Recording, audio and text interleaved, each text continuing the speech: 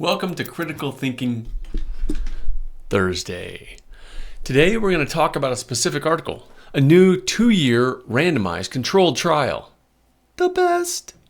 Followed 618 people with metabolic syndrome. We're going to get to what metabolic syndrome is, just in case you were wondering, in a minute. All right, the people. These were not athletes. They were not influencers. They were just regular humans with real-world cardiometabolic risk factors. And the intervention was not a new drug. It was 4 daily habits: vegetables at meals, brisk walks, mindfulness, and emotional regulation before stress eating. 4 things. Simple, not easy. They also had group support, accountability, regular meetings, and behavior reinforcement. Over 24 months, 28% achieved metabolic syndrome remission. The control group, you may be asking, had 21%. So, let's think about this. Hey, I'm jumping in here because I forgot to do this when I recorded earlier, but metabolic syndrome, it's 5 things: high blood pressure, high blood sugar, high triglycerides, low HDL or good cholesterol, and excess abdominal fat. So if you have that combination of things, you have metabolic syndrome. Okay, on to the rest. Someone might say, well, that's only a 7% difference. How weak? Just give me the pills. But a better interpretation might say, what was the intervention actually asking people to do? And was it sustainable? Was it realistic? Did it persist over time or just during the study? And could millions of people actually implement this? And what would that effect be? Those questions changed the conversation completely, because the real finding was not that walking fixes everything. There are plenty of influencers pushing that. Don't get me wrong, walking's great. But the real finding was this: small, repeatable behaviors performed consistently, socially reinforced, and emotionally supported can meaningfully change long-term health trajectories.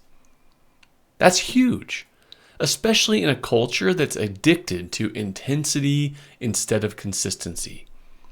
Another critical thinking mistake people make here is that they ignore the system's effects because the individual variables seem small.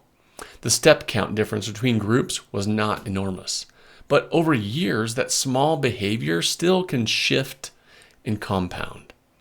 It's true in health, it's true in leadership, it's true in your relationships, it's true in finances, and it's true when you're trying to build an organizational culture. People dramatically underestimate compounding because TikTok has trained us to expect cinematic transformation in 30 days. But reality takes longer. Another important lesson from this is that the intervention worked partly because it addressed behavior and environment. It's addressing the structure underlying some of the behaviors. It's not just about knowledge and education. Most people already know that vegetables are good for you. They already know that walking and other exercise is good for you. They already know that stress eating exists in their life. Information is rarely the problem. Systems and structure are. Habits are. Social reinforcement is. And identity is. So that's critical thinking too. Stop assuming lack of knowledge is the primary problem.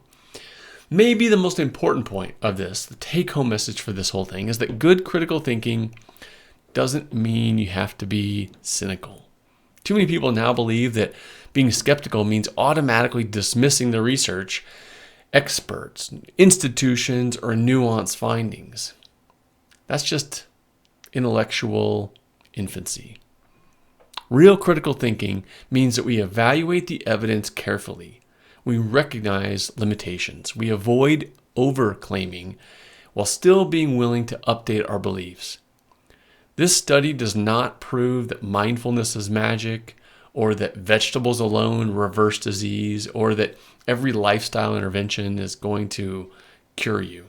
But it does provide evidence, real evidence, that sustainable behavior systems matter. And that's reasonable.